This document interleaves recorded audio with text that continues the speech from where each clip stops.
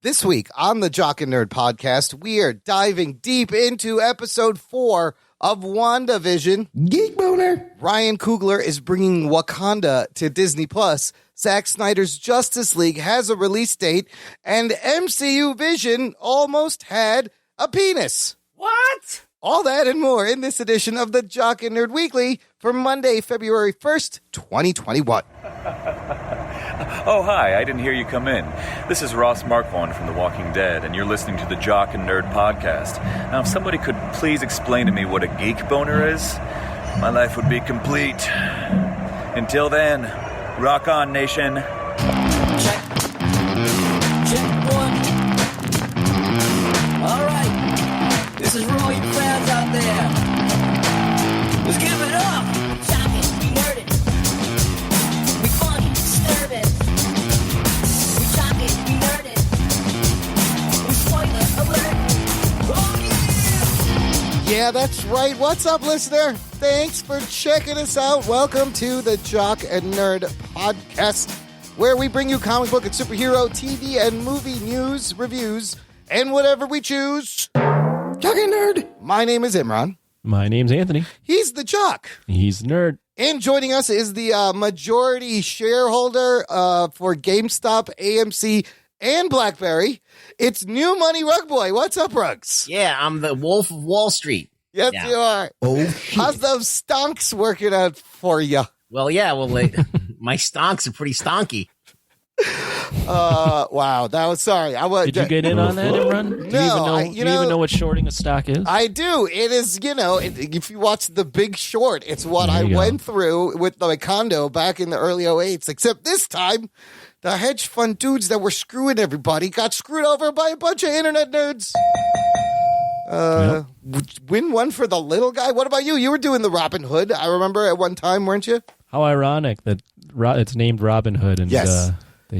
they were not Given from the rich. they were not helping the poor. Stealing, giving to the poor. No, actually, I never actually got on Robin Hood. I had the jitters. I do invest with my 401k, but I've never invested just for fun on my own.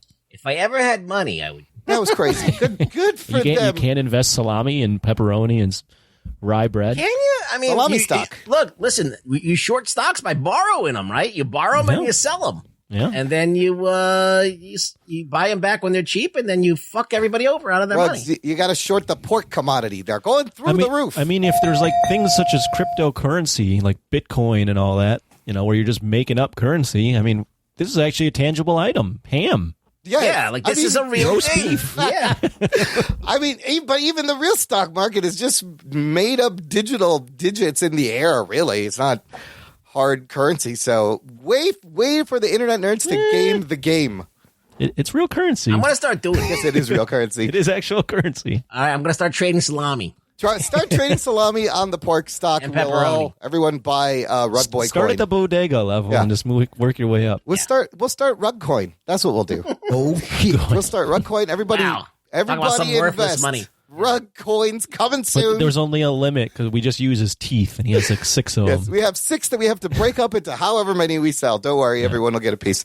All right, enough of this bullshit. Let's get to the news. The Jock and Nerd podcast. Hey, if it saves AMC theaters, then good news, I guess. They were, and I heard there's a bunch of them opening, Anthony. Did you see that? Like 34 AMC's opening in Yeah, I did. Illinois. I did see that. Thank you, Pat Downey. Not for opening AMC, but for posting it. Posting that. Posting that on, he gets a Jock and Nerd for keeping us updated. But I want to start with this breaking news for us today, Anthony, that you sent me this article like an hour ago. Yeah. And we're going to lead with it. MCU expanding on Disney Plus. Tell us about the article. Not only MCU, but just the partnership between Ryan Coogler and Disney in general. So I guess they signed a 5-year agreement for his media company, Proximity Media, to produce content for Disney, Oh, which is going shit. to include a Wakanda series for Disney Plus, which will tie into the MCU. So it says here the deal also enables Proximity to develop television for other divisions of the company. I'm assuming a lot of this Proximity stuff will end up on Hulu. That's just my guess. Oh, that's very exciting, first of all. But the word, it's an exclusive deal, right? So Right. Coogler is taking his company, which also includes people like Ludwig Göransson, who did the music for Mandalorian and Black Panther, all in for 5 years to develop a bunch of shit. And just think about the stories you can tell in Wakanda. Oh, my Geek God. boner. Rux, this Geek Boner, Floppy Jog, what do you think? I'm totally on board with this. I want to see what they do. Could be really cool. So it sounds good. Like Coogler knows what he's doing. So I feel like whenever you bring more creatives with different perspective into the fold and you give them power and you let them make stuff, interesting stuff can occur. So let's see what happens. Imagine like a Mandalorian type adventure just set in Wakanda, and with that screen that they use, the volume, you can do this pretty quickly. Just pop the Wakanda up on the screen and you're there. Anthony, what other stories could potentially we see? I don't know what he's developing outside of Wakanda, so it's kind of hard to say, to be honest with you. I mean, I know the Wakanda country within the Marvel universe has gotten a lot of attention and a lot of fanfare, but we really didn't see what it was like to live in Wakanda and Black Panther. That's so what I want to see.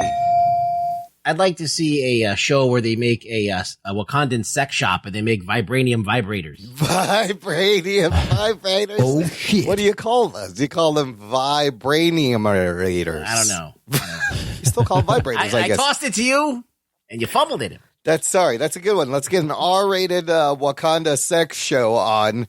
No, I mean, you could get into you could get into political stuff. You can get into futuristic shit because that's a hub of science. Yeah. You could get into a lot of stuff. You can create a whole new team of heroes if you wanted to. M'Baku could have a series. You could find out about the tribes out there, or you can hang out with Shuri. Oh, it's very exciting. And then just the expansion of the MCU this way out into Disney Plus. That's great. This is big. Listener, let us know what you think. Are you excited Geek boner. or not? Floppy Jock. Join the conversation. Join our Facebook group. It's called the Jock and Nerd Nation. It's closed, exclusive, just for you guys. A lot of great discussion going in on there all week. Speaking of streaming services, HBO Max has put out some numbers, and there's some interesting numbers. Apparently, the release of Wonder Woman 84 did help them. So the HBO Max ended the year with 17 million activated Oh, users. shit. After launching, they launched last year, right? In the pandemic year. Mhm. And at the same time, Disney added like 38 million. They added 17. So they doubled their total subscribers there at 37.7 million total subscribers, so there was some movement. And it's interesting that they're giving these numbers. Anthony, what do you think? Is this enough? Their goal was 41 million in 2 years, and they've reached that. They're almost about to reach that early. That's good. Yeah. What is 17.17 million activated users?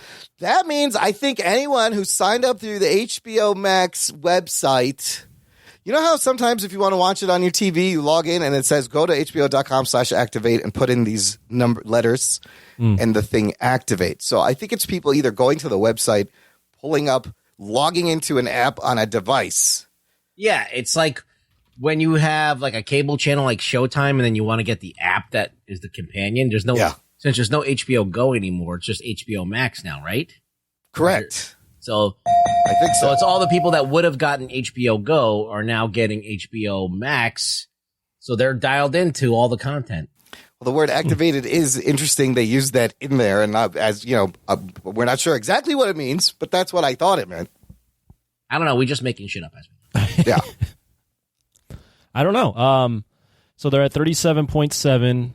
Yeah, I mean, they're if they're close to where they wanted to be in 2 years, that's sounds pretty good. I think probably a lot of it has to do with Wonder Woman and the fact that they're doing the day and date release. So in that sense, they're driving driving users to their platform.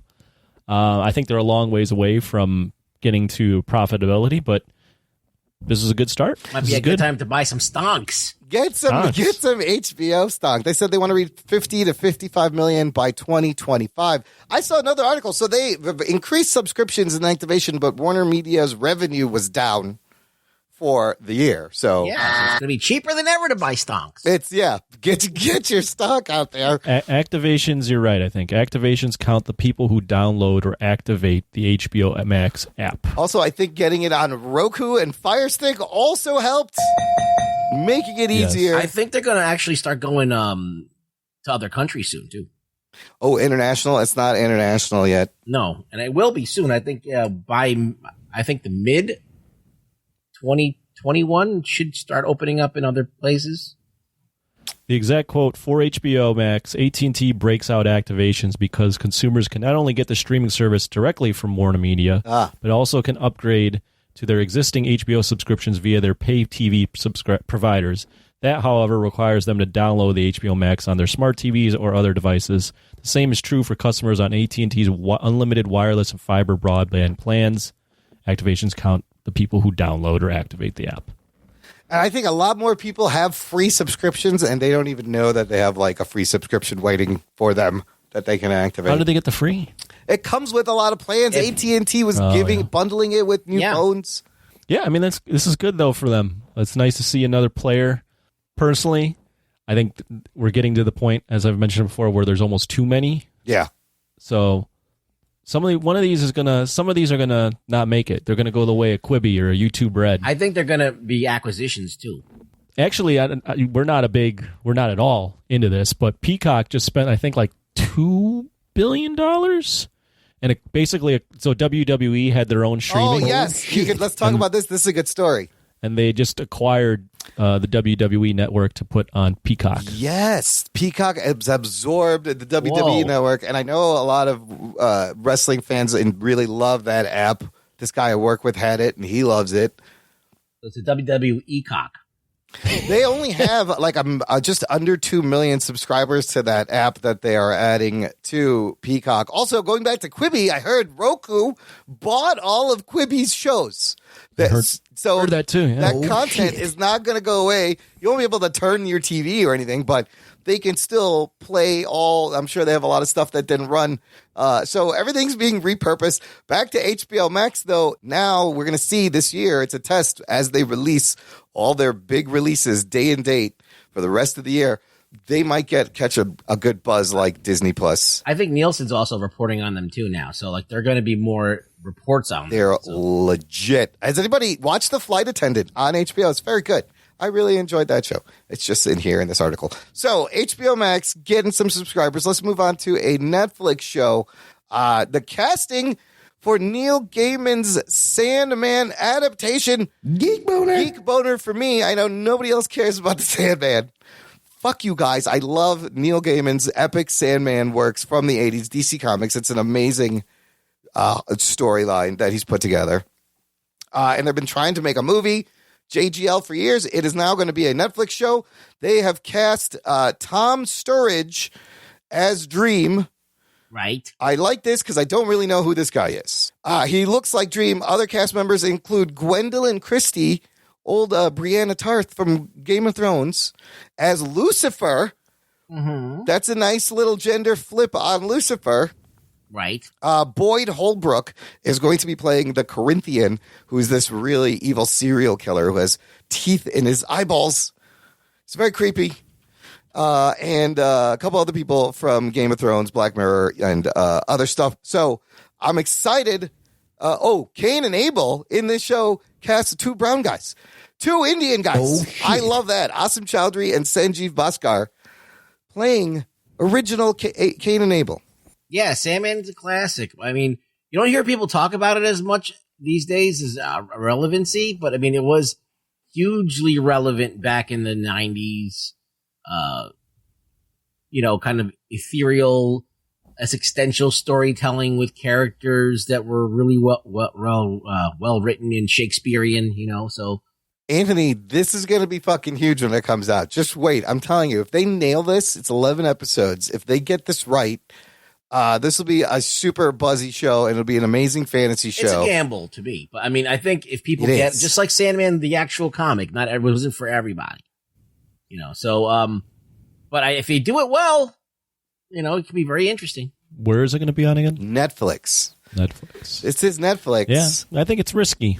I think I read there was a comic that was alluding to Sandman. There was like a DC thing. Remember that, Imran, where they were like doing all these, this big tie-in to Sandman? Because traditionally, Sandman has been outside of like the normal DC universe of characters, right? He deals with himself. So when they were trying to shove everything together the last few years, there was like all these stages or some shit. I don't remember what it was. Yeah, they were trying to pull in Sandman into DCU canon, and it doesn't really work. It's weird. It has to be kind of separate. Well, it's like you're taking Morpheus and Death, and you're personifying them, and you're making them into the characters, and they're kind of funny, and it's kind of cute, and it's also kind of scary in places and stuff like that. There's some terror. There's so definitely it's hard to market, elements. I guess. Yeah. The Devil's involved. John Constantine's involved, and the endless are personifications of feelings, like you said, dream, death, destiny, delirium. All those things become people, and it's just so well written and well thought out. So I can't wait. I don't know when this comes out, but I'm excited that they got casting going. Okay, here's something that might give you geek boner, Anthony. Geek boner? And Ruts. No, it won't. No, a bunch of kaiju news. I got a whole kaiju news. No, nothing. Floppy jock. Let's do another for Anthony. Let's do nothing. Well, this one's kind of floppy jock. Godzilla vs. Kong pushed back a few days, 5 days. It was coming out March 26th. Now it's coming out March 31st. God damn it. Well, and they're saying it's because they wanted to get it closer to Easter, spring break. They can now count it, because it's day and date in theater, they can count it as the 5-day weekend rolling through the weekend, right? Oh, okay. That's why I was going to say that's weird on a Wednesday. Why I didn't didn't they think of that Easter. before they made the announcement? That sounds like a boneheaded miscalculation. That's the thing. They moved it up from May just like a week earlier, and then they're like, oh, wait, we meant this day. So, because other movies are moving from April. Also, I have to apologize to Logan Janis. I went on a show last week, mostly superheroes. We talked about this news. It just broke. I completely got the date wrong and said it was coming out another. I'm an asshole. Sorry, Logan. Fuck's sake, man, you're amateur. What else is new?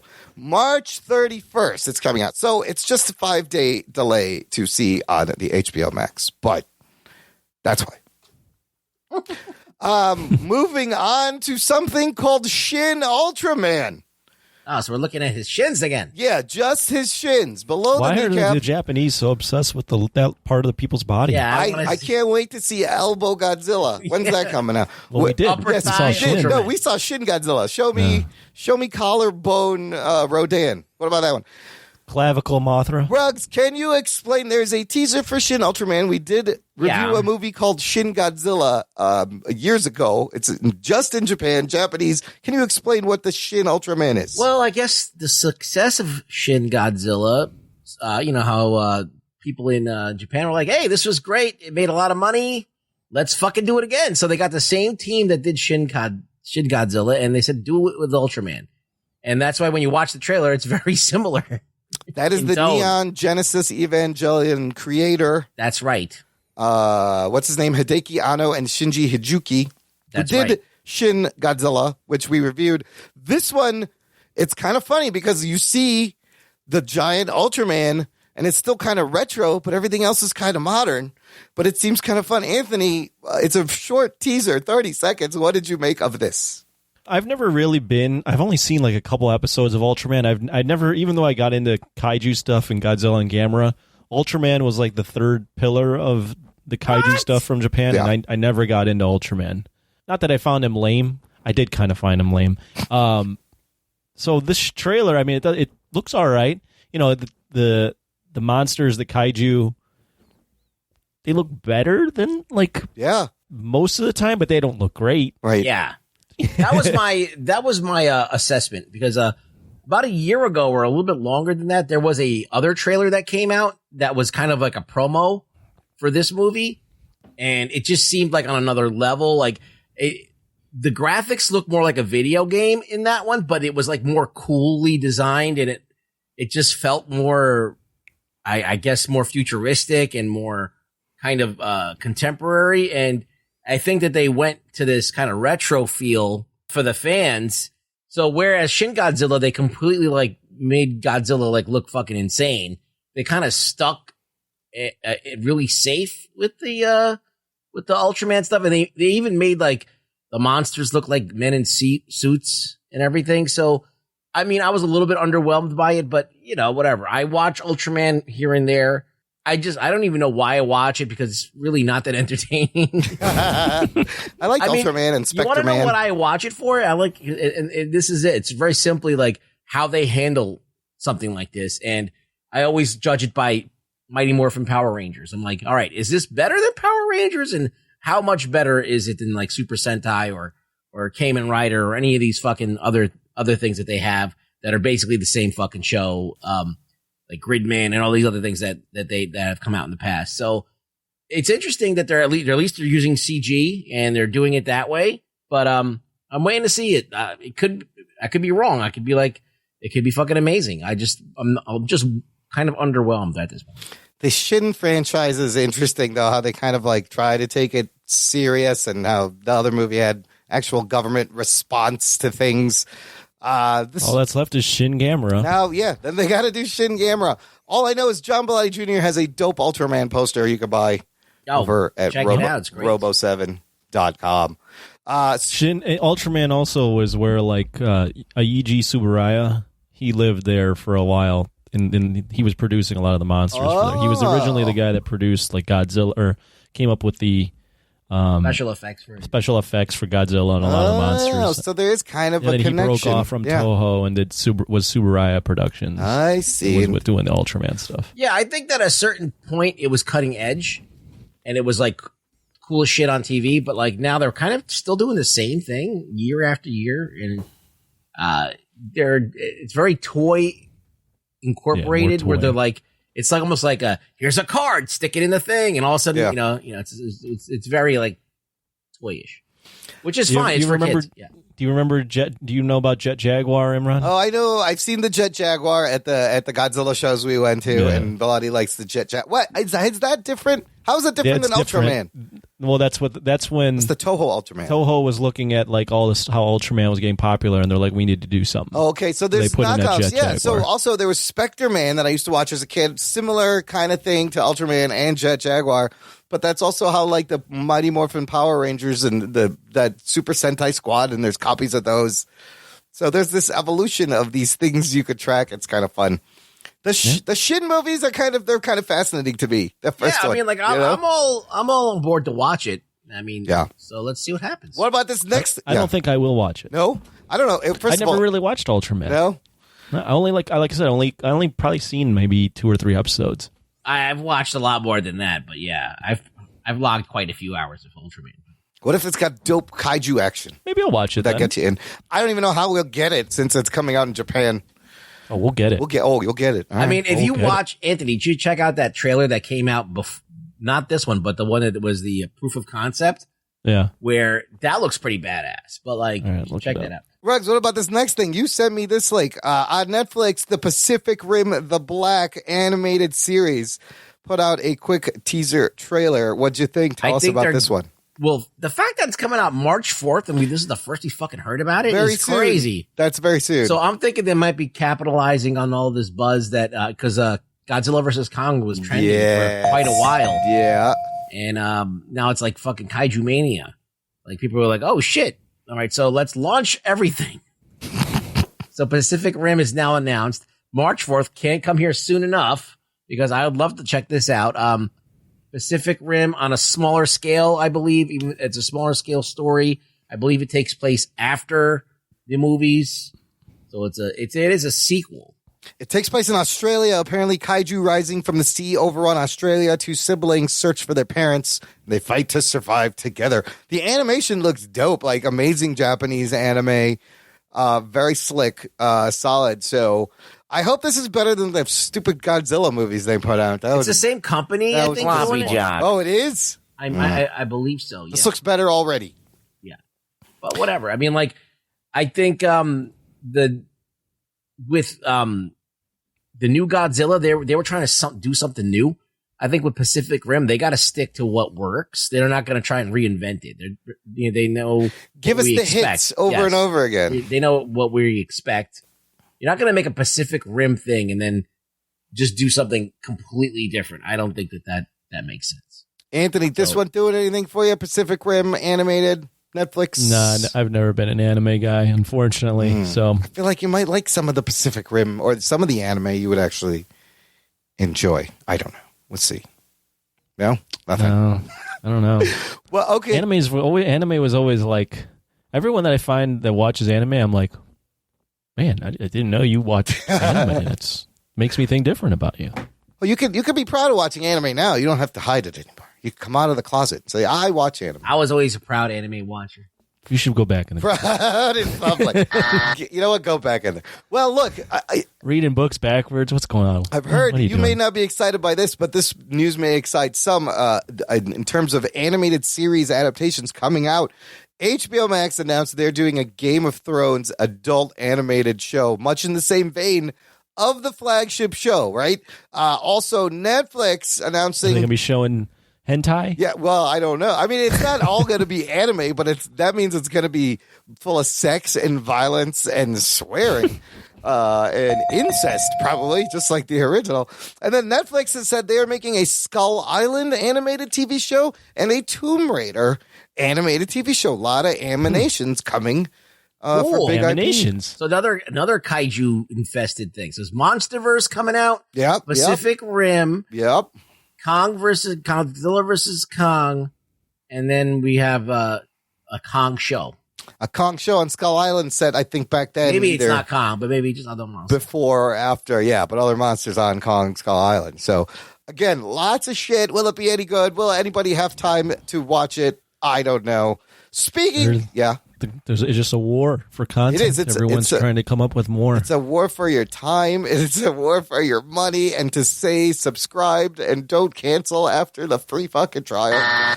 Speaking of time, Black Widow still has not announced it's coming out on Disney Plus. Still set to be released in theaters this May. They're not budging.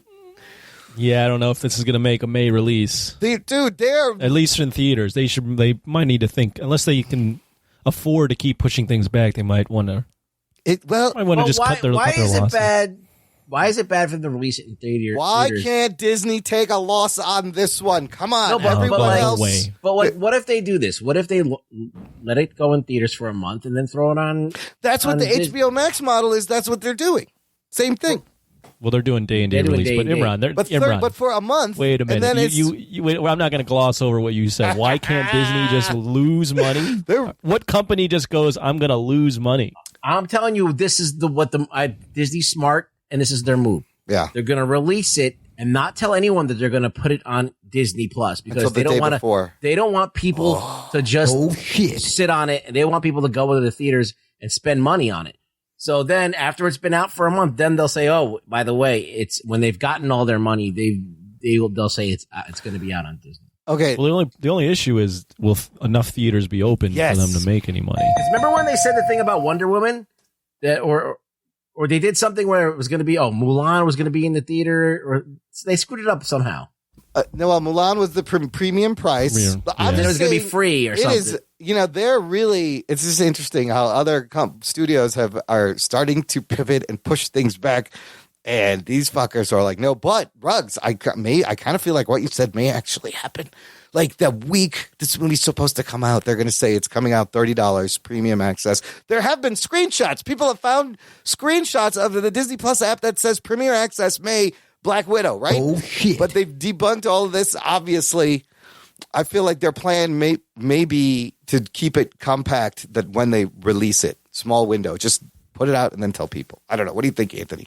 I think they're going to have to. I think they're going to put it on Disney Plus and do day and date, just because I don't think theaters. No one here, I believe, thinks we're going to be fine by May, and people are just going to be back to normal going to theaters. No, well, maybe I'm wrong on that, and I don't think they can keep pushing back these movies because they have everything's kind of planned out with these TV shows, and to push things back could screw things up if these TV shows are tying into the movies. What about the international box office, though? There's fucking places that are open.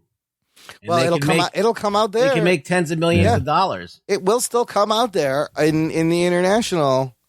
It's just the big box office. But the thing is, here and Disney Plus is international. That's the thing that fucks them over. Yeah. Yeah. The UK too, and China has a lot of theaters. Black Widow will be 2 hours and 13 minutes long. Whenever the fuck this movie they actually put it out, I'm hoping they do a surprise thing, like you said, and they're like, "Ah, surprise! It's coming out." Another movie that has an interesting runtime that I found out this week is the Zack Snyders Justice League.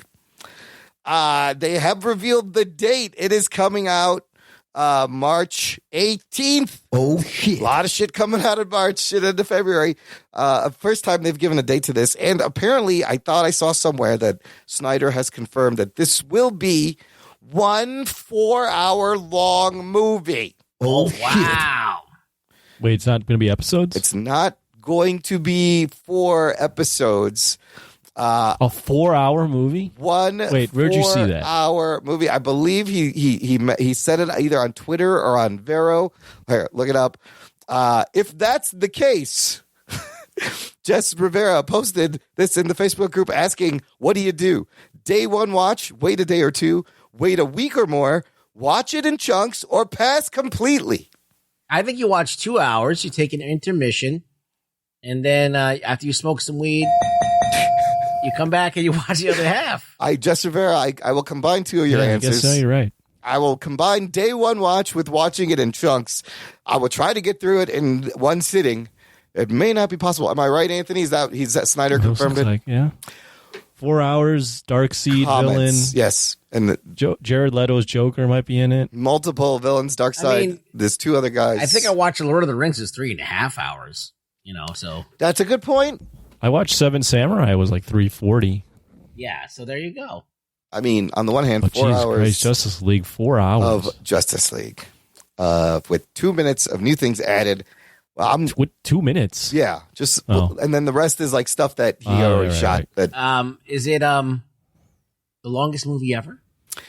it's not the longest movie ever. Do you want to know what the longest movie ever? That clocks in at I believe it's hours. Hold on, longest movie ever made.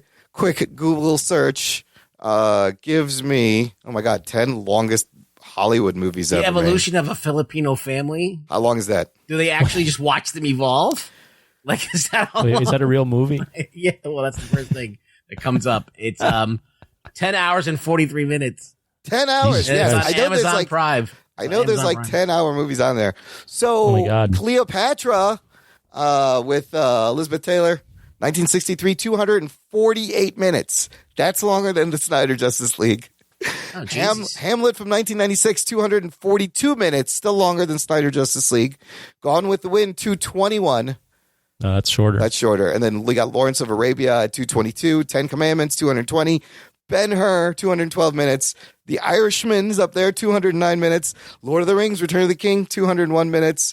Giant with, what's his name? James Dean, 201 minutes. Malcolm X, 200 minutes. That's a long movie. I remember, it's on 2 VHS tapes. Right. You have to put in the second VHS tapes. Godfather Part 2, 200 minutes. But internationally, I know there's like weird Swedish Ford movies that are like 10, 17, 20 hours long. Didn't Andy Warhol make something where it was just like a shot of one thing for like 40 hours? Yeah, That it's Ask the Movie. And it comes out. Ask the movie's coming out soon. So 4 hours, look, at home, you pause it, you turn it into chunks, you can watch it episodically if you want. I don't know, you can do whatever you want. I think we're thinking too much about this. Just, We are.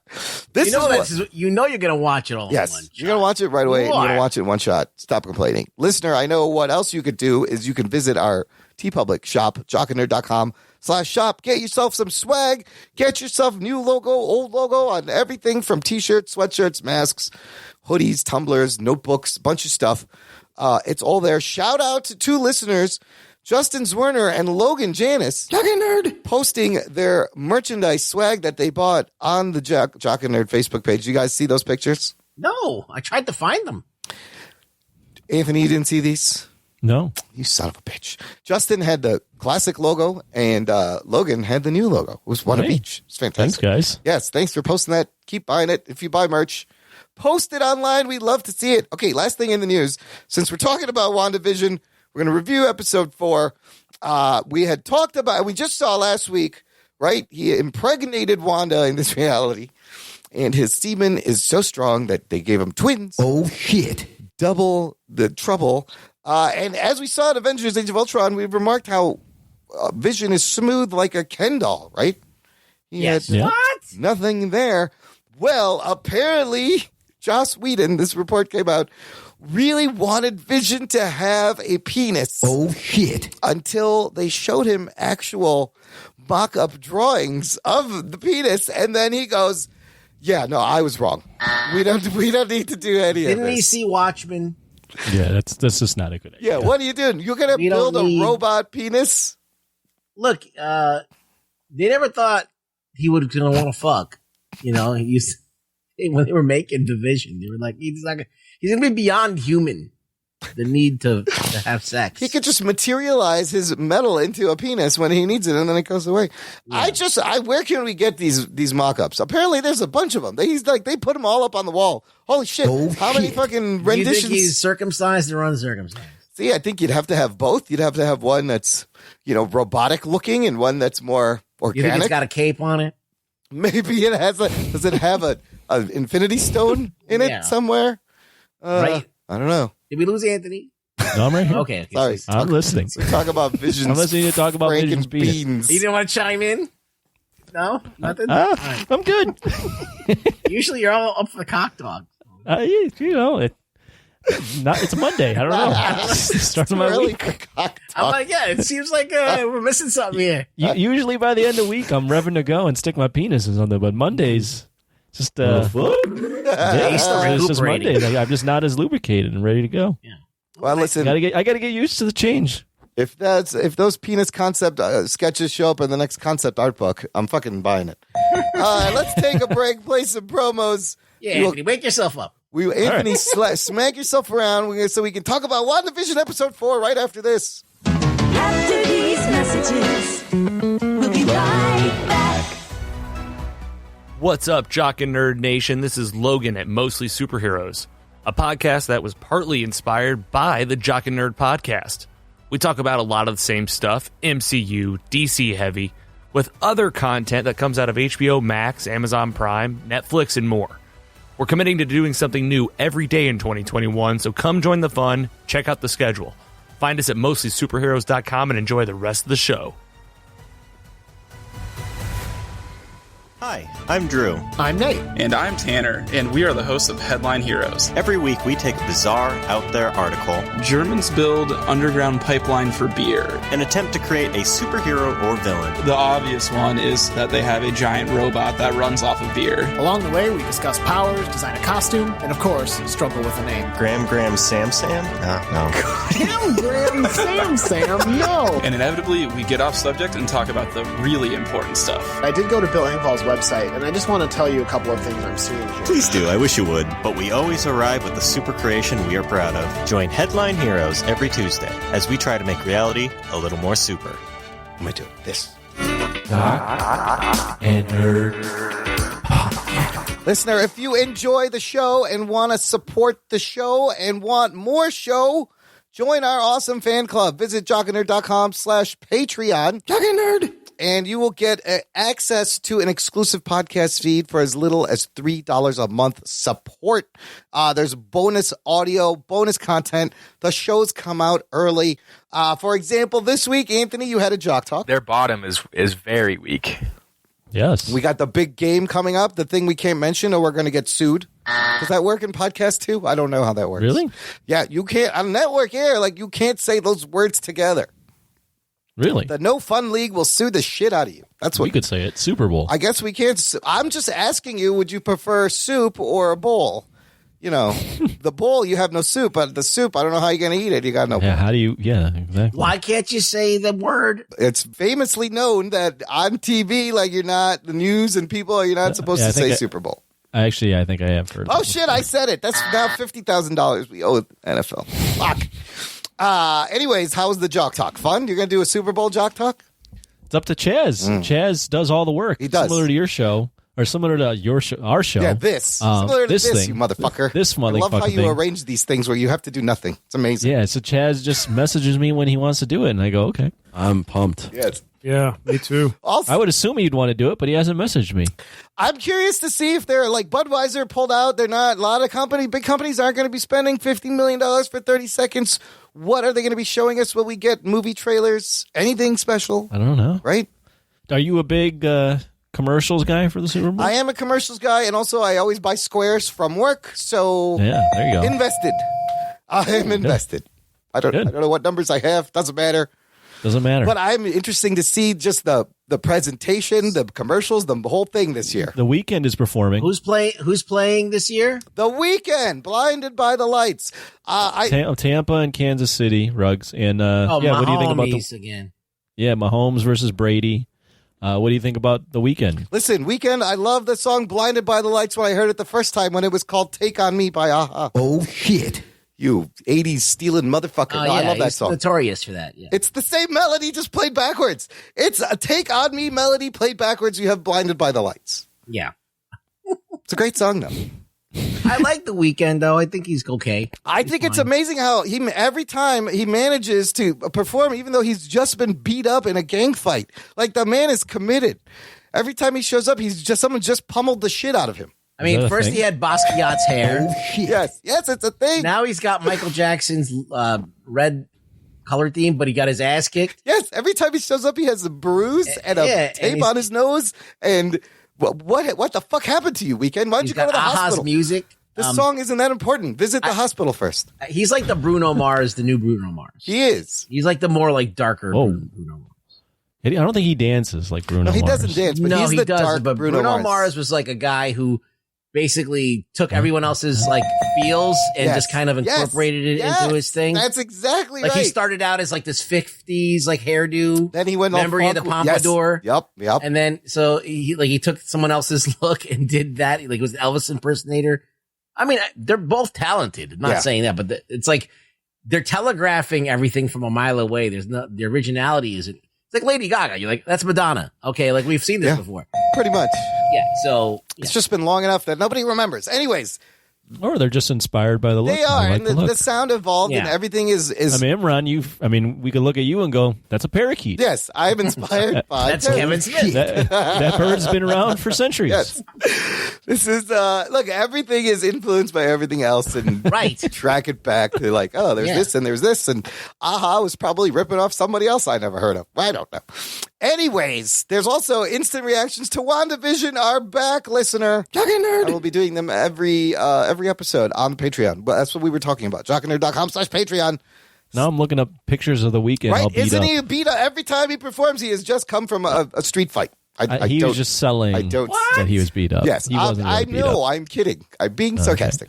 But it's fucking I didn't know weird. this. That's why you I'm didn't looking know this it. I'm like, it's so weird that in the video, this is his outfit. Like, this is the theme of this character. It's just very strange. This is the character. It's very strange. Yeah, it's very strange. Anyways, let's move from that strange thing to WandaVision, which is also very strange. We are up to episode 4.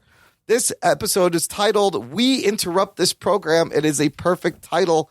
Here are your spoiler alerts. Strap yourselves in, you fucks. Spoiler time. Holy shit, this episode is a shift indeed, like we were teased. The basic plot is finding out what's been happening on the outside. Anthony, dive in. What we got a lot of answers. We got more questions. The story didn't advance, but a lot of shit got filled in on the back end. Did you miss the sitcom stylings? No, I didn't. I mean, I've been one of those that has really enjoyed the sitcom stuff. I know it's been a little bit polarizing amongst my friends and maybe the internet for being a little too slow and not what people expected. But I read this article on The Ringer, and I really agree with it in that sometimes TV shows can drag out the mystery a little too long. Yes. And I think this show did a good job so far of kind of giving in and being like, okay, like we'll pause the mystery and we'll tell you we'll reveal some secrets. Let's give you some shit. Keep you. We'll give you some shit. We'll pause this for an interruption and show you a different perspective of what's going on to give you a more well-rounded view of everything. So I also enjoyed this episode. And not only did they give you shit, by the end of this episode, I'm still salivating and drooling, and I want more. Geek boner. You know, and that they were able to pull that off. Well, and what it does, in my opinion, by showing you this now is it was already a little creepy with the vibe, but now you kind of know what's going on. You're like, fuck, like these people in this world are stuck in this world because of Wanda. Yeah. And they're now acting these parts, and it's really fucked up that they're like away from their lives just playing a game for Wanda. It's creepy. They're scared on the inside, smiling on the outside. Like one more thing. Yeah. Like that scene, if you go back to that 50s scene where she's the wife is watching her husband choke. Now just think about that scene with the perspective you have now, where she's having to play a part, and all she can say is stop it and smile. Even though she's watching her husband die in front of her, freaking out, and we get their names and stuff, and all of these people. Ruggs, what'd you think? I like that they filled in things, but I was hoping for an 80s sitcom, and we'll get that next week. What'd you think about all the shit we did get?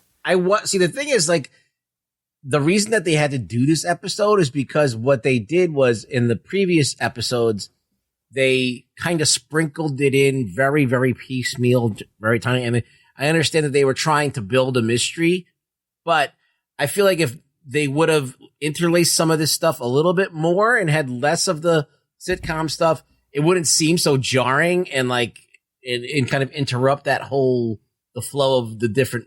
We interrupt decades. This regularly scheduled program. Yeah. So, but I really liked that they put the cards on the table. They left enough stuff to keep you guessing. There's still, you don't really know. You only know what they think that they know. Like there's some things. It's funny how it's how meta when they're putting up the questions on the board. It's all the shit that we've been talking about. Oh yeah, we'll get to that. Yeah, all that stuff. So they're very aware of what they're doing. Yeah, and it shows you that they're very carefully crafting this show, and there is a lot more to it.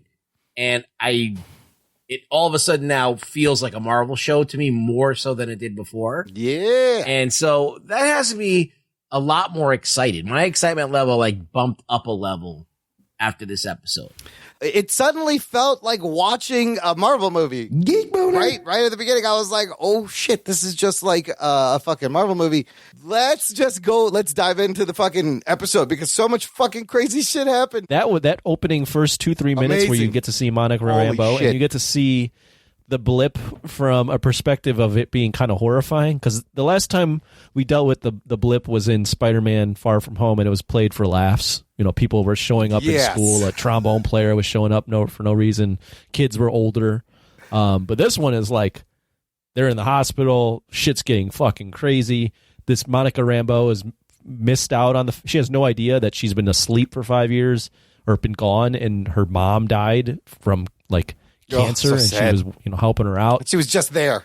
She was just there, and she thought everything was all right. Like that first 2 or 3 minutes, I literally messaged my friends. I go, this first 3 minutes is bananas, and it's kind of the beauty of this interconnected universe is they can just plop that in. Like, oh, you know what? We're referencing the blip, and right away viewers can be like, yeah, like this. I know exactly what this is because of all the universe, the work they've done for the last 10 years. They can put in something like the blip. They can put in something like Kat Dennings or Randall Park, and they can just take these little pieces and add to the show.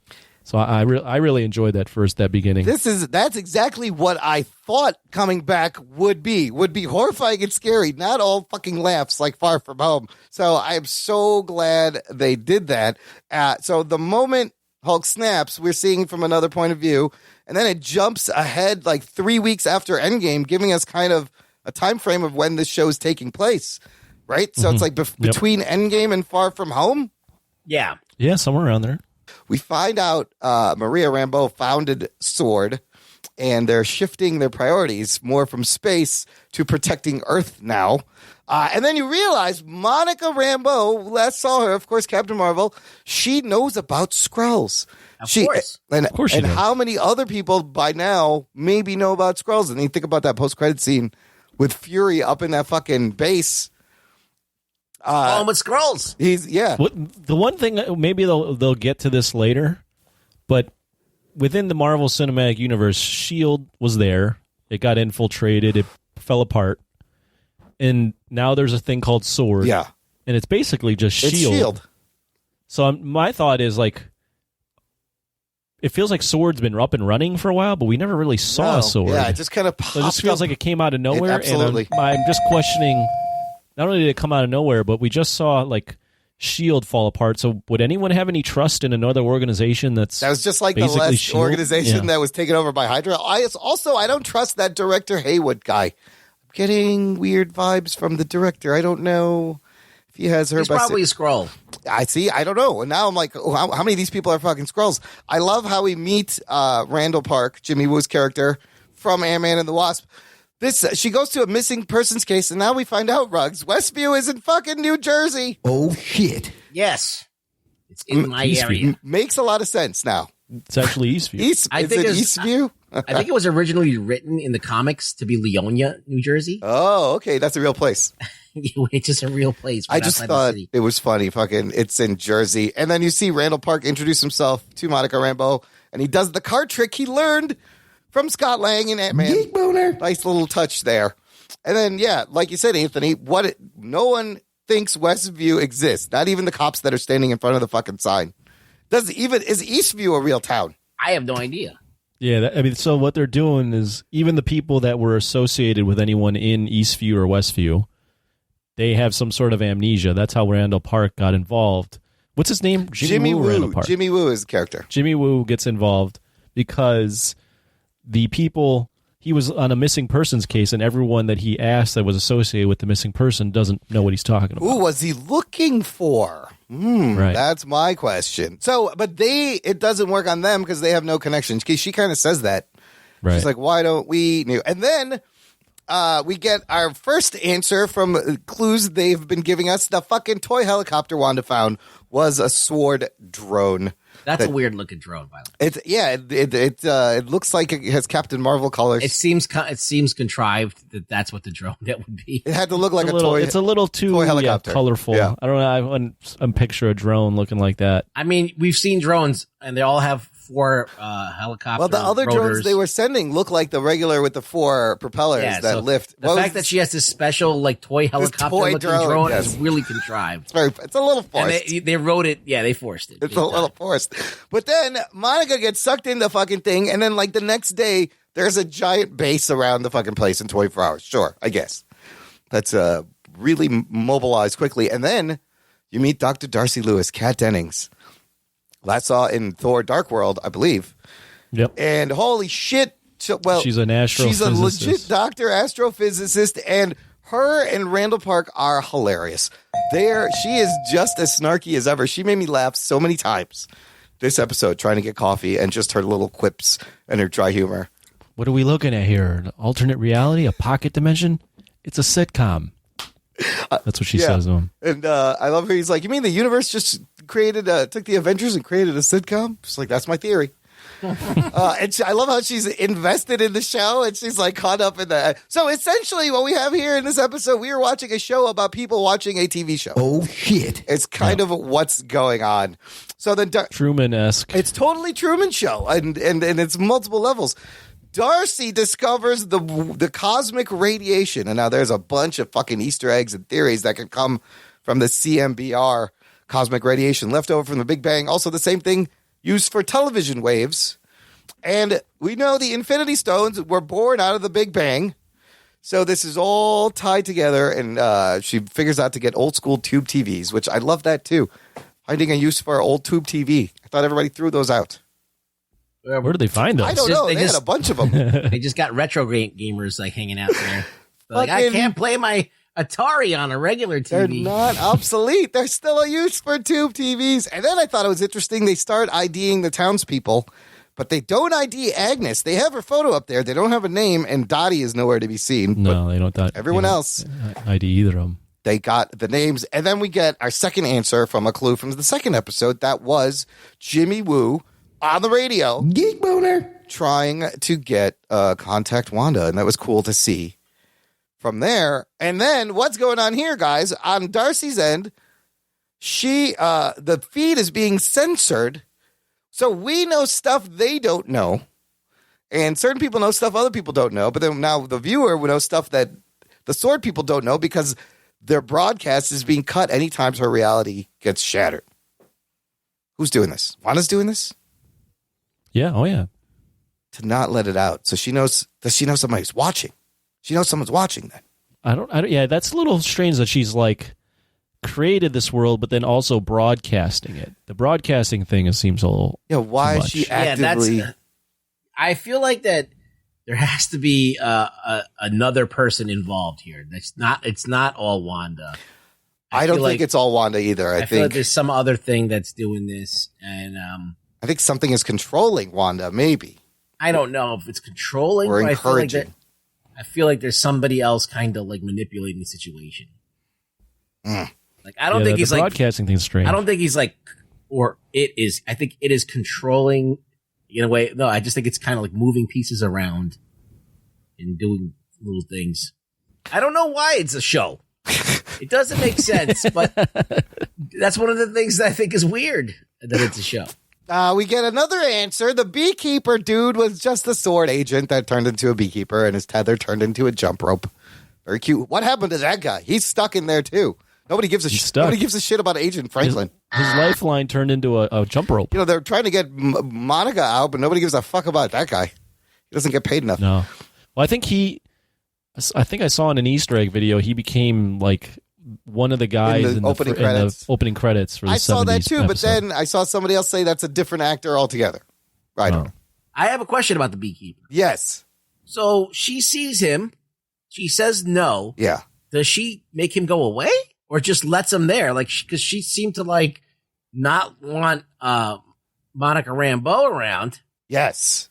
But this guy, she's cool with this dude just coming in from the outside. She may have erased him from reality altogether. Well, what we kind of noticed, though, with Monica Rambeau is once you get pulled into the reality, yeah, because it seemed like to me she got kind of stuck in terms of like the mindset of the reality. Yeah, it's hard to control yourself. So it's hard to like control. Yeah, it's hard to figure out who you are, and only like in brief moments do you realize what's going on. Slip out of it. Yes. Yeah, where you slip out of it. So maybe that guy's doing something. Maybe the fact that he showed up just like kind of clues her in that they're onto her now. Yes, all these things definitely are starting to, and you see she gets kind of really evil at the end. So they show us the moment from last episode where Wanda actually expels Geraldine through several walls. If you notice, this is an Easter egg. She sent her through 4 walls, as in she broke the 4th wall. Get it? Geek boner. And she kind of gets evil, and then she's kind of surprised by her actions and rebuilds everything real quick before Vision comes in. What'd you guys think of that? I thought that I was glad we got to see it. That shit was crazy. When she knocks him out, locks her out. Yeah, we can actually see her expand. She's covered in like magic energy and shit. I enjoyed just the turn of how Elizabeth Olsen played it, and she got very almost like evil. As if the character is going down a path of. Like a different path. There's definite hints that she could turn heel or something. That she's losing control, even though she says she's in control. And then this was another fucking holy shit moment. She turns around and she sees Vision as a gray dead corpse with a concave hole in his head. And it's legitimately jarring and horrifying. And you're like, oh, fuck, what the fuck? Did you guys jump in your seats when you saw that? It was jarring. Does that mean Vision? I took it as his Vision dead, and she just was recreating that, or is she like taking the body and like manipulating it? Do other people see this dead Vision? Yeah, is she? Yeah, that's the other thing too. Are other people seeing the dead Vision, and she's just hiding it? Yeah, is she puppeteering hiding a corpse? It from herself? Yes. Is he really? I don't know. And it was jarring, and it was like horror-esque, which was kind of nice to see from Marvel. Them leaning into a little different tone. And even Dr. Lewis Darcy goes, this guy's dead, right? Not Blip, dead. He's like, I know it's been crazy, but he's dead, right? So that was fucking jarring. But then the final lines that Vision has to Wanda, he says, we don't have to stay there and they could go wherever they want. And Wanda's like, no, we can't. This is our home. She goes, I have everything under control. But could it be this is the only place Vision can be alive? and that's why he's there, and that's why she doesn't want to leave. What does that mean? I mean, go ahead. What does that mean? Yeah, what did meaning she picked this reality, this area. For some reason, this is the only place Vision so she once can this bring is him to at life. play, once that this whole shenanigans at play, she doesn't want to. You can't like now go somewhere else. Right. Outside of this, Vision may not be alive at all, even though we've seen her make things out of magic and then still exist outside. Yeah, that's a hard thing for me to wrap my head around. Sorry. Okay. Just a theory I had. Okay. Yeah, I mean, she's clearly dealing with grief here and trying to figure out, or trying to not figure out, but cope with it. And this is the best way she can, in her mind. I'm curious to see how it plays out. I'm curious to see if it's just her. I have a feeling it's not just her. There's someone else, maybe not manipulating her, but kind of pushing her in that direction. I think we all agree, and it may be Agnes. That's the big mystery because. For me, who's pulling the strings for real? Yeah, why is she choosing all of a sudden to grieve in this way, create a reality, all that stuff? There has to be some other factor, something, a catalyst to really for her to go and do all this. I feel like that's the crux of the story that we're going to find. That's the big mystery that we're going to find out. It might be if it's Mephisto or whatever fucking theories people have. There's tons of theories. And then Monica does, when she wakes up, she says, it's Wanda, it's all Wanda. But I think all of us are saying we don't think it's all Wanda.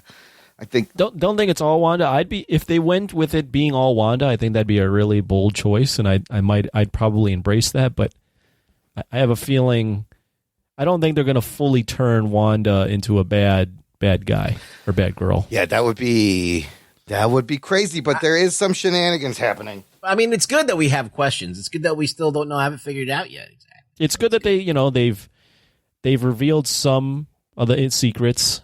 We know some things now. So like the fans that thought this was kind of boring have something to now sink their teeth into and not think it's just a rip of Dick Van Dyke. But we still have enough things, to placate us and keep us intrigued for the next couple episodes. So I'm curious to see how they're going to play it now.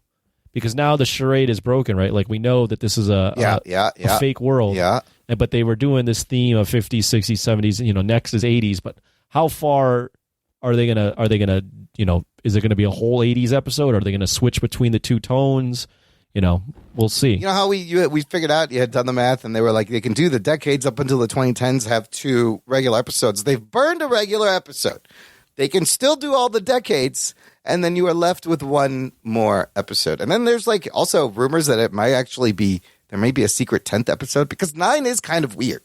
I don't know why it's not 10 half hours and it's 9. Did you guys see the trailer for the rest of the season? Oh, hold on. We will get to that. I've been trying to avoid these, but I was wanting to know if we should watch it. So I didn't watch it.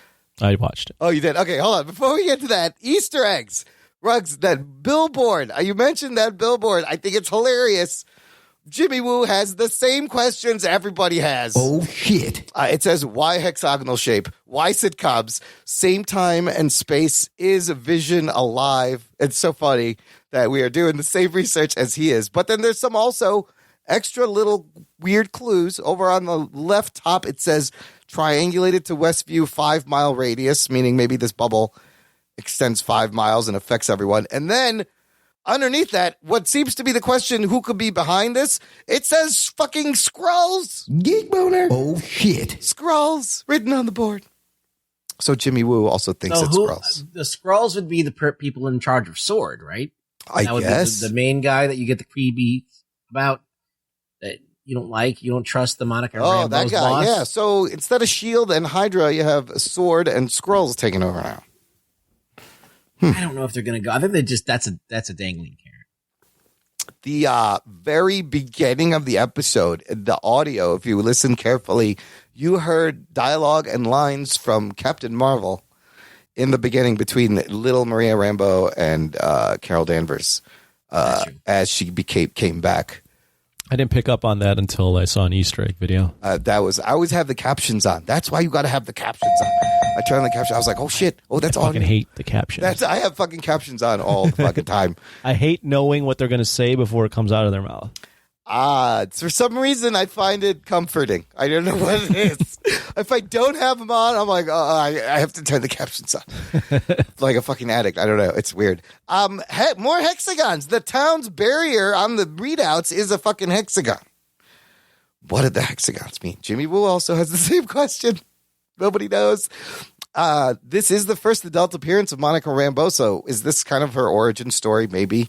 Did she get powers from this? Did she already have powers? Do you mean these powers? She's going to have, Monica Rambeau's going to have powers. Monica Rambeau. Yeah. Did she get, I don't know. She might, yeah. I mean, she might have powers because of being within that, Wanda's universe. I don't know. We'll see. I mean, it's still too early to know if she even has them. There's two theories that I have that are weird, but I think that when Hulk snapped and everybody came back, I think since everybody's being reformed, that the possibility of a mutation could happen. Oh, that could be like Inhumans and shit too. Or mutants. But that's just a wild fucking theory that I have. The other one is, that Wanda could, whatever's not just Wanda, whatever else is at play could be cosmic energy. Because there's a cosmic energy field, right? Yes. So that's what Darcy says it is. It's cosmic energy. So cosmic energy is the stuff that Silver Surfer's made out of, right? Yeah. Power cosmic. Yeah. And Captain Marvel. Yeah. And we know Monica Rambeau is going to be Photon and has Captain Marvel-like powers at some point. Does this make sense, Ruggs? You're from the East. I found this in terms of where Westview is, northern New Jersey, most likely Bergen County. The Route 2 Monica is driving on to get to Westview off exit 32 no longer exists and may now be what is known as Route 17, which runs through both New Jersey and New York. That's true. That's okay. That's where it is. Go visit Westview, everyone. Go get sucked into Wanda's world. Jimmy Woo, this character, his first appearance was in a comic called Yellow Claw from Marvel Comics in 1956. Oh, shit. I didn't know he goes back that far, Jimmy Woo. Jesus. Right? That's amazing. And then finally, they were playing fucking Jimi Hendrix Voodoo Child at the end, which was so perfect. Just in terms of Geek Boner, the era they were in, and then the words, tone, the weirdness of it. The kids are Voodoo Child. It's Wanda's a Voodoo Child. The whole fucking thing's a Voodoo Child. Fun fact about that song. Yeah. When I first heard that song, I didn't think Jimi Hendrix. I was a kid. Okay. And it was the song. Was it in Space Jam? No, it was not in Space Jam. Shot. Drink, I mean. And it was the song that Hulk Hogan, when he was a bad guy in WCW for the NWO, he would have his theme music for the NWO was one thing, but then when he would come out solo, it was Voodoo Child by Jimi Hendrix. I thought you were going to say it was the 2 Live Crew song, My Seven Bizzos. It's just a real song, and that's what they sample. He would come out and he'd be dressed in all black with blonde hair and a black beard, and he'd have his title belt with scribbled NWO in spray paint, and he would strum the guitar. Oh my God! Like Jimi Hendrix playing. Why are you dishonoring the great Jimi Hendrix? You fuck! What's that? He's dishonoring the great Jimi Hendrix by using his song. It's terrible. You think so? I think it's a little disrespectful. I don't know if Jimmy would like that. It's a great song. I mean, Hulk Hogan is on the level of Jimi Hendrix in terms of icons. Maybe. To Anthony, yes. Yes, I see. Hulk Hogan. He's gonna be played by Thor. Hulk Hogan needs to do a lot more acid to get to Jimi Hendrix level. And are you gonna watch the Hulk Hogan movie? Oh yeah. Oh, with Hemsworth. I'll watch that. Yeah, I love biopics. Another fun fact, that song, Voodoo Child, anybody who's learning to play guitar, the minute you buy a wah-wah pedal, this is the first thing you learn how to play. Because it's so iconic. You're like, I want to learn how to play Voodoo Child. Okay, I had a couple of questions. We kind of answered some of these. We talked about Monica's powers. How about this theory I saw? Could this be, we're talking about cosmic radiation, could this be the setup for the Fantastic Four? Did you see this on Screen Crush? Did I? Maybe. You did. They do mention cosmic radiation. I think you did. The sword colors, like Monica Rambeau's outfit, are like blue and gray and white and black. They have a conversation about the astronaut training program. I think it's possible that that sword is the setup for the Fantastic Four. Yes. Oh shit! I like that. It makes it organic. I may have combined certain different sources, like people said, and put that into one. I know you didn't think of this. I told you. I told last week. I copy and paste like a master. Do you guys think Wanda has lost all control at the end, even though she said, I have everything in control? Usually people who are out of control say that they're in control. So they do. That's what someone would say. I got this. I like the fact that we know that there's something underlying, and Wanda in the comics is freaking nuts. So yeah, she does go. Kevin Feige did say that this is the series that we see Wanda become the Scarlet Witch. So no, she literally her mind fragments and flies apart, and she fucks a lot of things up. Does all sorts of weird shit that makes the world really fucked up. Yeah, she's so. I mean, she is like an Omega level mutant, / Avenger. She is in comics canon one of the most powerful Marvel heroes out there, Marvel characters. So yeah, he made fucking Thanos have to rain down fire. Yeah, she had him. She had him. Oh shit! And he had to just go to the nuclear option and drop everything because he fucked up his own team. Yeah, he killed everybody on his side because she fucking had him. Okay, so Anthony, you mentioned the trailer. I got an email from Disney Plus. Also, here's the mid-season trailer. I did not watch it. Ruggs, do you want to? Should we watch it together? And like in the same place? No, not in the same place at the same time, remotely. Just so you know, we don't have anything to talk about. I don't know if you guys should see it. No, because I have been trying to avoid all commercials then and avoid promos. It. Then don't see it because I've seen the little Modern Family screenshot, but that's it. I don't know what else they're doing. Yeah, I would say avoid it. What? Okay, Anthony, you saw it. Was it? I've seen it. Was it spoilery? I mean, I guess it is. I wouldn't say it was spoilery, but if you really want to go into things cold, you can kind of figure out what's going on. How about and what I watch it's it show. after the show's over? Okay, I'm not gonna watch it. I'm not watching it. I want to stay cold and not know what's going to happen after the show's over. I mean, I feel like if I watch it now, I'm not going to be able to talk about it right away. Okay, we'll watch it later. I don't even know what I saw. So. I was going to put you on the spot. Here, let's do some news from the nation. It's time for news from the nation. It's time for news from the nation. Wait, before we get into the news. Yes. Let him fart. You can't hold that in. You can't hold that in. Dangerous. I turned around and everything. Yeah, it'll come out some other orifice if it doesn't come out the right one. We don't want that. Since we're not ranking these episodes, is it safe to say we all liked this episode, though? Yeah. Okay. Yes, and I do. I don't have to ask Imran. I'm really just asking Rug Boy. Okay. No, I thought, as I said, my enthusiasm for the show went up a notch because I feel like, all right, this is going to change the nature of the show. It's broadening the appeal of the show. It's also upping the budget and production value because now we're getting out of this kind of we're seeing some fucking. You walk into a lab, there's fucking shit everywhere, there's fucking pretty lights. Straight up Marvel movie. Yeah. Glossy, so. I mean, I think this show is getting better every episode, and it's giving me the Lost feels, but unlike Lost, it's actually giving you fucking some solid answers. It's just like watching a imitation of a sitcom is cool, one time, just watching it every week, I feel like that would be grating on me. So I'm happy that this. Yeah, it was a nice break. I think it was smart of them to break it up, but I'm excited to go back to the sitcoms. Absolutely. There was an article I saw where it was basically criticizing the people that I don't remember exact source, but it was criticizing the people that didn't like it so far, and it was like Netflix and these shows or they were saying this show.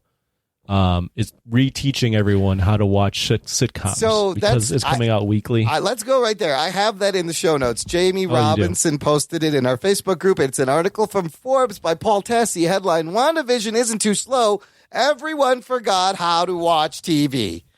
And he does. He mentions that how Netflix has spoiled us and we've forgotten to be patient and wait. And honestly, I love the weekly release because I love having something to study every week. This guy has his head up his ass because the reason, because he obviously forgot that we're spoiled, but we were getting whole fucking seasons of shows. back in the day, they used to put out a show, and if it didn't get ratings, it would just go away immediately. Yeah. So if this show was on TV and 2 episodes in, people didn't like it, it would be gone. That's a This good would point, this would actually. never have lived in this. Let's say this guy got to head up his ass. Like, a lot of Well, these but people you know, are he's fucking saying a lot of people are saying, and it was same with The Mandalorian and The Boys. They're saying it's too slow, and they're just really criticizing the week to week. They can't wait. But that's how TV always was. I grew up watching TV. This is a new thing that has spoiled us a little bit. I'm enjoying the weekly I would release. say I enjoy both. I enjoy aspects of being able to plop down and watch everything all at once. Yeah. But I've grown back to enjoying how it was before. I remember complaining about The Boys and being like, I wish they would just release it all. Right. Or some other stuff that was being released weekly. But now I am enjoying the fact that the conversation lasts for 8-9 weeks and we can debate for a week about what's going on and stuff. So I enjoy both formats. I think there's a place for both. Yeah, the fact that they both exist, and yeah, when you have especially when you have a show that doesn't have many episodes, to stretch them out over a long period of time is cool.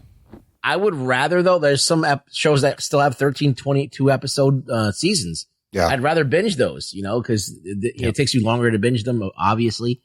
But yeah, when you have like a 10 episode season, yeah, like let's stretch it out. It was tough. I remember when we were watching Walking Dead, I did have trouble keeping up when it was weekly because of how long that series was. Wasn't it like 15 or 20 episodes? Yeah, you just want to murder yourself. You're like, fucking, Well, it's remember, still going? we used to watch the CW shows. They're 24 episode God. fucking seasons, and like, there's how many filler episodes in those, and then they take a break, and you gotta wait a month for new episodes. It's just too much. Yeah, I would rather just binge those. Just fucking get it over. Knock 'em out. Game of Thrones was another. It was just great waiting for that show to drop and the conversation to start week after week. I really think it has to do with the amount of shows that you have to watch. And, because like you only have so much time to watch something. So if you can get something out of your queue, right, then you can move on to something else. But if this is stretching out over a period of time, you only got a Friday night to fucking watch shit and that's it. It is kind of like getting your email box to 0 red. You're like, let me just get rid of this. Let me just fucking watch this. Do you ever look at your watch list and go, oh, I'm fucking nowhere even near what I want and then watch. I'll just go and delete. I have things on my DVR. I'm like, I'm never going to watch yeah, this. whole You series. have to like have that conversation with yourself. Yeah, whole series. I'm like, I'm never going to watch this. Just delete. I do have some comments from this episode from our listeners. If you join our Facebook group, Jock and Nerd Nation, there's always going to be a spoiler thread, episode 4. Lisa Morrison said, honestly, I feel like this gets better every episode. Yes, I agree. Gerald Morris, he was on the show a few episodes ago. He said, good stuff. I wish there was enough time to have a meme of Kat saying, what? I'm invested. Girl, same. He says, also, he made the meme and he got his graphic. So there's an image there of her saying, what? I'm invested. William Salgado, it's gonna happen. AVX, and I can't fucking wait. Avengers versus X-Men. Could this be leading up to an Avengers versus X-Men? I'm going to be honest. I don't know where he's getting that idea. I don't know, but it's exciting. It could go a number of ways. Yeah, but I just don't see any direct hints yet to that. Well, he's kind of saying this is going to lead to House of M. So maybe. Okay. All right. Fine. Fair. Why not? Speculation. Michael Drickle says this episode tied to the first 3 really well. I am liking the direction of the series. Nicholas Gakin says, I loved it. However, I know it's necessary for greater context, but the beginning dragged for me. I just wanted to get back to Wanda's world because I was invested too. I know it's a necessity to get to the bigger story, but just wish we could see more. Oh. No, you see more. I didn't copy all of it. Copy it all. But I think he said it we could see more. Wish we could see more. Is not how it Click finished. on see more. Listener, click on see more to hear the rest of the comment. Blake Braden says, moving on. Apparently, I can't copy and paste well. That's not the quote he said. He knows what he said. Go to the Nation to read the rest of it. Blake Braden says, I'm blown away by the series and very confused why people dislike the series. Obvious with specific TV themes, but twisted together with modern defining TV tropes and incredible plot twists while continuing to move a great story forward. And Chris Williams simply, now we're getting somewhere. Geek boner. And we certainly are. Justin Werner also had a great question, you guys, in the Facebook group. He said, if you had the power to create and live in a reality based on a sitcom, which one would you choose? He said he'd go with The Office to swoop in on Pam before Jim. Geek boner. Good move. Any thoughts? I'll read some while you guys think where you want. Oh, I know one. You don't have to ask me. What is it? I would fucking go to Baywatch. Oh, fuck, Baywatch with Hasselhoff. That's the fucking best one to go to. That You is have the best one. all of the hottest girls in their prime, and like life is good in Baywatch. And Yeah, that's anytime super. somebody runs, it's slow motion, boob bouncing, Yeah. running, Yeah, like like- all the time. That's the one. the That's the one Hoff. I would. Yeah, You would I'd hang out with the you'd Hoff. never drown because they would No. save you, and things get resolved in 44 minutes. It's like And I that one. think wasn't a fucking what's his name in Baywatch too? Aquaman, wasn't he in Baywatch? Momoa. That was like the reboot. Was No, it the same Baywatch? That was The Rock in the reboot. Zac Efron Oh, The in Rock The Rock. was in the reboot. Yes. But No, but- I think he was on the actual show. oh, was he? As a kid? Yeah, as Might a have been. young Momoa. Wow. Jess Rivera says Saved by the Bell, all about Kelly Kapowski. Geek boner. Can't argue with that one. Speaking of Jesse- Saved by the Bell, did you hear Yeah. the news? Yeah. Sad news. You want to tell everyone? Screech?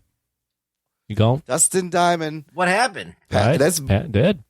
3 week. He had a 3-week battle with cancer. He is my fucking age. Oh shit. 44. Jesus. But like I heard he was in the hospital, and then that just came out today. 3-week battle. I thought it was going to be longer. That's fucking quick. Sad. He must have had stage 4. That dude did a bunch of crazy shit though after Saved by the Bell. If you read, Yeah, but that doesn't give you cancer. does it? well, I don't know. Who knows what happens? Doing 20 porn years, give you 20 cancer? 20 years later, maybe. I mean, whatever. Like, I feel bad. Like, that's crazy. That's so quick. Yeah. Sorry to take it in a bad direction there. Maybe I mean, the reboots on Peacock and stuff, and I don't know if he was going to be have you involved any of with you it, guys but watched the Saved by the Bell?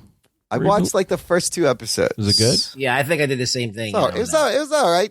I'd rather watch Cobra Kai. I was going to say, how does it compare? It's a similar kind of thing. They do clever stuff with the kids and the inside, a lot of inside meta jokes to it being a TV show. Like, where Cobra Kai, it's mainly about the, Johnny. Mm-hmm. Right. And Johnny drives the whole thing. And Yeah. this one, the kids drive the thing. And it's Yeah. like, I don't care about Nobody the kids. cares about these kids. Oh, and the Mark kids Paul, are the these main kids. guys? yeah, they're the main. You have AC Slater and Jesse Spano as regulars, and Mark Paul Gosselaar, Kelly Kapowski make like a cameo. Like, this should have been like Zach and this guy and Slater the whole time. Right. Like, should have been about them still being competitive. That would have been funnier. You know, It's okay. Also the Punky Brewster reboot's coming out this month on the cop. that's unnecessary. It's No one com- wanted with that. Freddie Prinze Jr. Come on. I would that rather dude- have fucking different strokes any day. Oh man, you can't. Those people. What you are talking about, Willis? For what it's worth, not that this would surprise you at this point, but I never was a big Saved by the Bell guy. Yeah, Never that really was watched probably a all that little much. bit before. You were probably too young. I think I was just a little too young. A little too young. I yeah. just like Kelly Kapowski. Dude, hot. Kelly, even That's the only Jesse reason to Spano watch that was hot. They were both. Yeah, sure. William Salgado. Here's another great one. He said that '70s show. I'm down with Hot Donna all day. Geek boner. Yeah, Redhead Donna was great on that '70s show. She was. Yeah. Adam Morris, Dr. Adam Morris, PhD, says Perfect Strangers, of course. But in seriousness, he says Seinfeld would be fun if you were their little clique. And hell, if you weren't in their little clique. I'd like to be in Friends just to beat up all the dudes at least once. But I'd live in the Arrested Development universe, no problem. Keep reading. No, because it got cut off because I can't copy and paste shit correctly. I think we get the gist of the comment. Seymour, even if you're Seymour. Seymour. What? Oh, boy. What? Learn how to copy and paste, you fucking idiot. Joey Austin said The Simpsons. Jason Gervais says The Big Bang Theory. Ugh, I don't know about that show. That would be annoying. Oh, what's her name? Kelly Cuoco is hot. Oh, she's great, but you could just go live in The Flight Attendant then because she's in that. And she's Well, not. actually, you know what? Now that I think about this, he said sitcoms, right? Oh, sitcoms, yes. So I'd have to change mine to Married with Children. Oh, that's a Oh, good she's one because good. you got another Kelly in there. Yeah, Christina Applegate. Christina and then, like, there was Applegate. like the hot girl of the week every time Bud Bundy was. I'd hang out with Bud. That'd be fun. Kaylee Cuoco. Sorry. Kaylee Cuoco. Chaz Hebert said, How I Met Your Mother. Jimmy Shea says, Son of Zorn. It would be fun to live in an action/80s He-Man style world.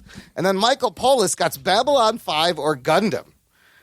2 fun science fiction realities there. Yeah. I would pick, what would you pick, Anthony? See, I had an answer that was like it's going to sound weird because I'm an adult now, but I loved the Wonder Years as a kid. Oh, that would have been a good one. And I loved Winnie Cooper. Yeah, but I was Winnie adult, Cooper. but that sounds weird now because I'm an adult. She still looks pretty good. She does. She looks exactly the same. Yes. I like Boy Meets World. I like Boy Meets Topanga a World, lot. Topanga. I would do Perfect Strangers or The Simpsons, or a lot of these are great. Great answers. That's a good question. What show had the hottest chick? Like, just the 10 of us? There's a lot of girls in there. What's that show with all the old women? Golden Girls? That's the one. I would live in the Golden Girls. They were sassy. They were funny. Like, I would want to be in a sitcom where I could be an asshole and it'd be funny and everybody would, and it would just. That's Married with Children. Yeah, that's the perfect Or with the show. one with Archie Bunker. Oh, All in the Family. All in the Family. You could just be an asshole to your wife. And Yeah, but Married with Children had like the duty bar and they had and a hot girl. Great character. Well, they had Hot lots girl. of them in there. They had, I think the first appearance of Mila Jovovich was there. Oh, Joey really? Lauren Adams was in there at one point when she was young. That There's a 70s lot. shows, you had Mila Kunis also.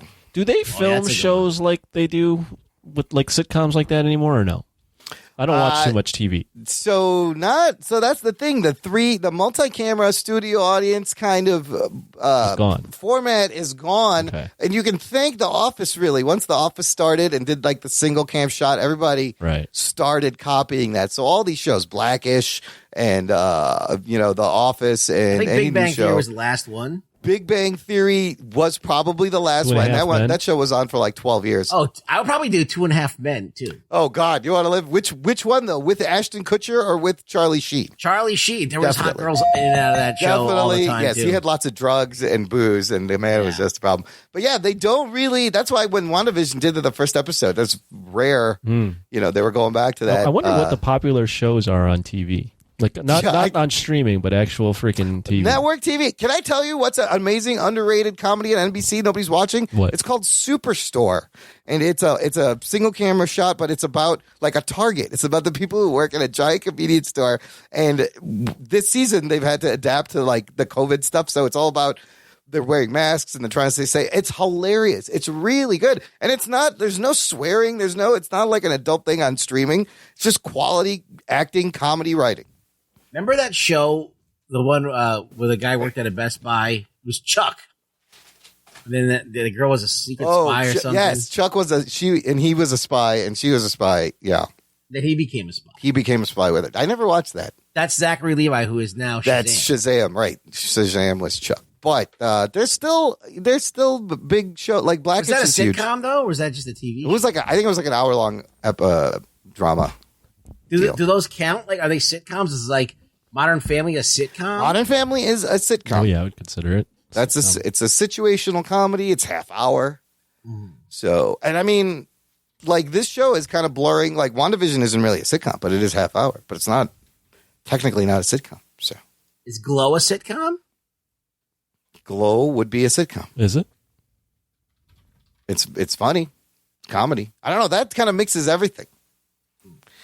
You know, you still would be. Still mad that didn't come back. I like that show. Yeah, they canceled everything. I'm trying to look up what the best TV shows are right now.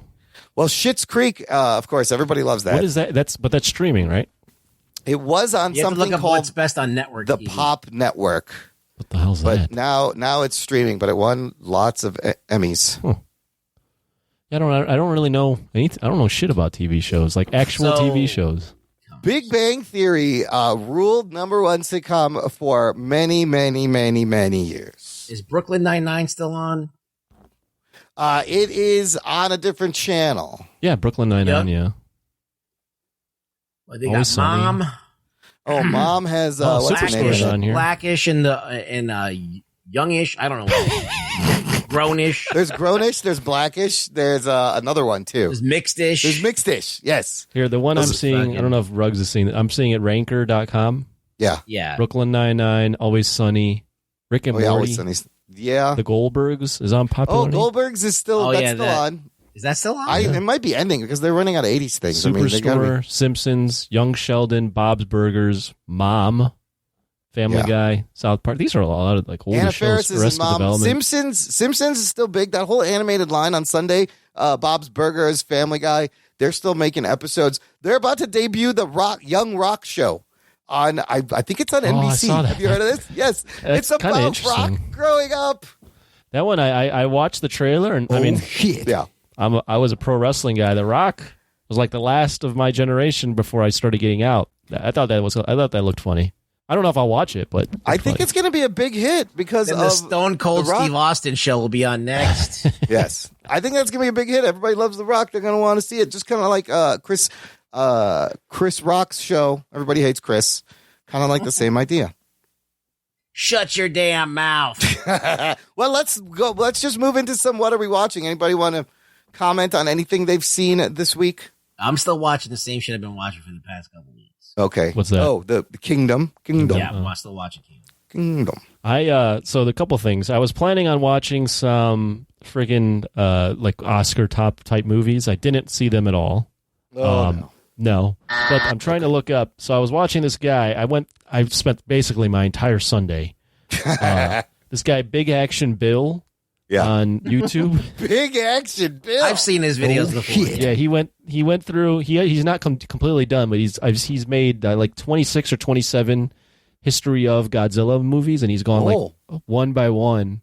And some of them are like an hour, a half hour, 20 minutes. Some are like a couple minutes. But he like goes one by one and gives like a synopsis review of the plot, like the history behind like what went into the story, the actors, the ideas, like who the Godzilla might have fought. So it was pretty interesting. I watched legitimately. It spent my entire Sunday watching. I fell down the YouTube hole. Fucking giving me the history. I just of like Godzilla. that you hung in through all. How many hours is that? Oh, dude, I woke up at probably like 11 and turned it on at like 12:30, and I don't think I finished till like 9:30. Granted, I was doing other stuff throughout the day, but I kept coming back to it. I was like, maybe I'll start a movie. Like, I want to watch this movie, Yes, God, Yes. And I'm like, it's Godzilla, baby. This is my roots. That 4-hour Snyder cut will be no problem, Anthony. These are my roots. It makes me laugh. Anyway, like I think it's funny. He's like, "Fuck it, it's Godzilla." I couldn't get away.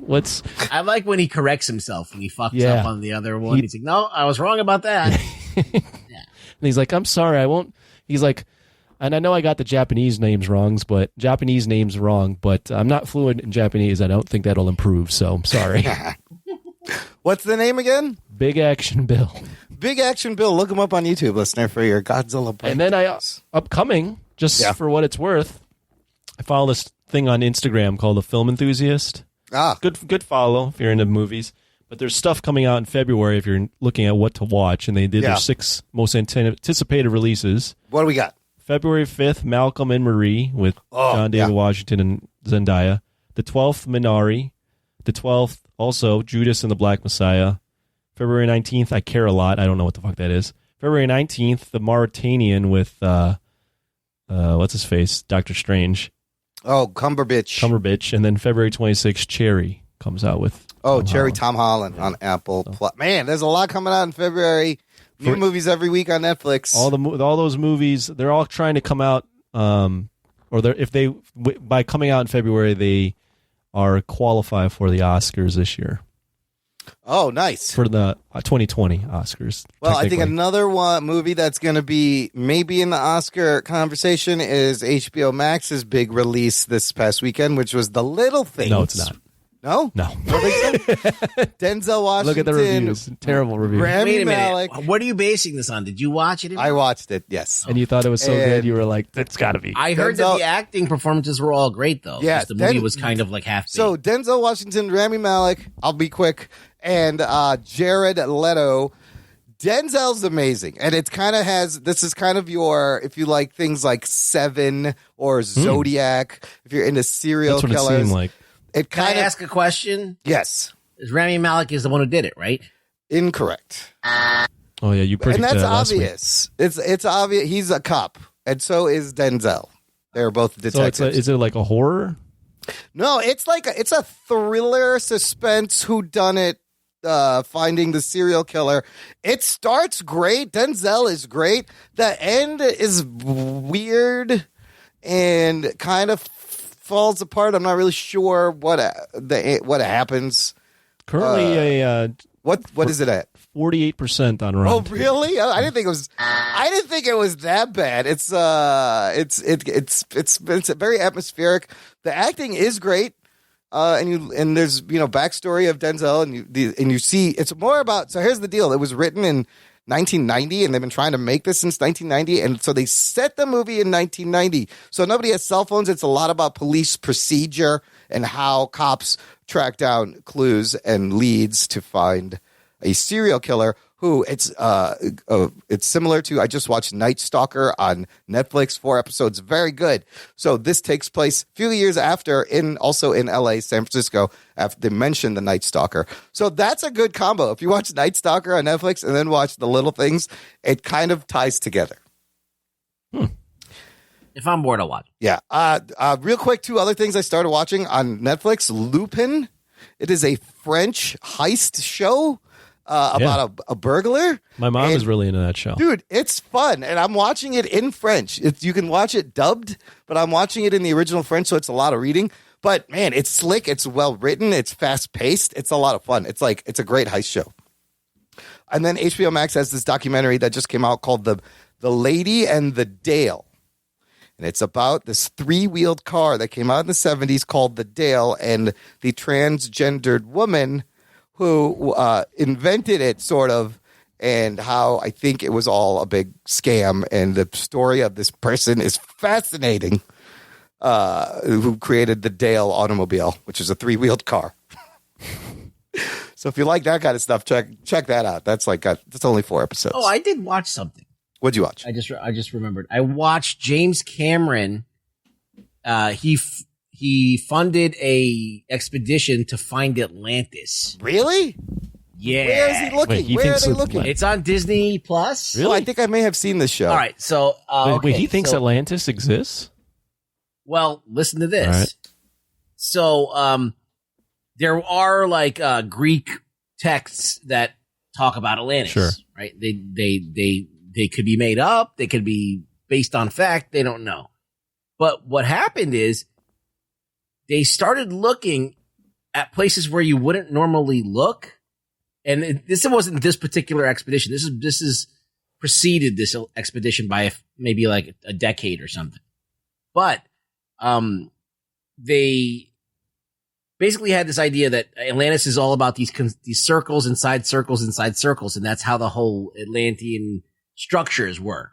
Like, that's how they structured their cities. That's how they structured everything. Anyhow, so they started looking at all these different islands and stuff like that, and they found these mounds, like these big mounds. Almond Joy? No, like mounds of dirt. And they started excavating, and sure as fuck, they found shit in there. Huh. They found structures and that were in concentric circles. Where? They're like, we never Where fucking was saw this? this shit. Some of them are in Santorini. Some of them are all over like the Mediterranean Sea. Then they found another city that was like in Morocco or some shit, or I don't remember exactly where. Portugal, Morocco, somewhere in that area. And then they went and they found islands that are off Portugal that had like fucking shit that they never discovered before. So there's like, basically they didn't find Atlantis, but they found civilizations that we never knew about, or structures that we never knew about. And so and that were older than we would think. So that was interesting to me. So is it Atlantis? No, but did they find a lot of shit that was like, I didn't even know existed? That would have been my Yes. first question. I watched a few episodes of this, and I was like, where are you looking and how are you looking? And I feel like if this city did sink, it might be a huge possibility it's somewhere out there in the Mediterranean or just Well, they think west of it's there. they think it's in Spain. Oh, okay. They think it's in Spain, and that, okay, so the theory is that there was this giant volcanic eruption, right, that happened. This was like before like the pyramids and all that shit, like early on, all right? And that fucking explosion was so big, it caused like tsunamis and all that stuff. So a lot of the structures that were there were completely covered in water and in dirt and all that stuff. And then that over the years, like they were just buried under stuff and no one dug them out. Who knows what's down there? So, so they started digging shit up that they normally wouldn't dig up. And so, there's this part in Spain that they think that Atlantis is there, but I don't think it's there. I think they're just going to find another yet buried civilization from that whole eruption. Yeah, like Pompeii and stuff. Well, this is like Before way big. Pompeii. This like had like catastrophic, implications on the Mediterranean.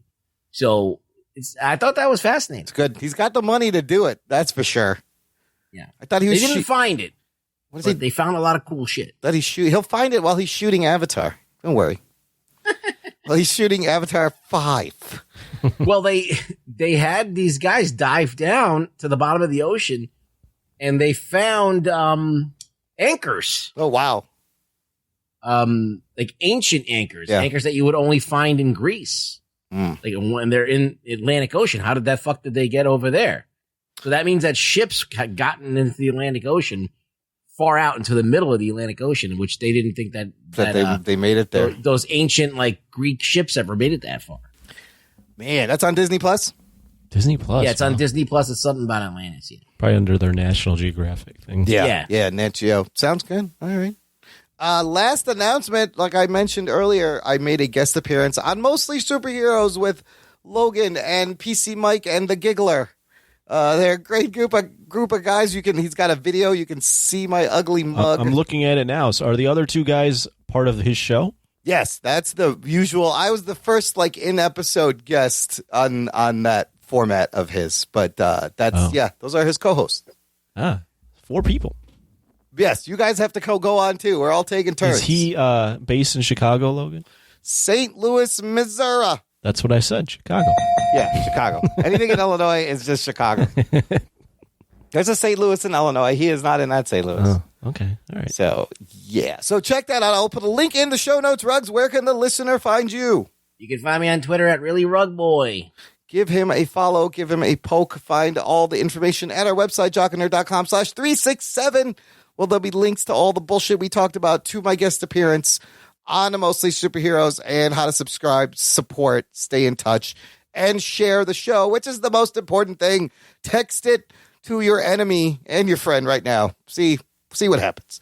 The next person you see, we don't see people in person. Jock and Nerd. I used to tell people to yell Jock and Nerd in person, but that doesn't happen anymore. No. Yell it through your mask from inside your bubble, listener. We'll appreciate it. Thanks for listening to the Jock and Nerd podcast. My name is Imran. My name's Anthony. He's the Jock. And he's the Nerd. We'll beep you next time.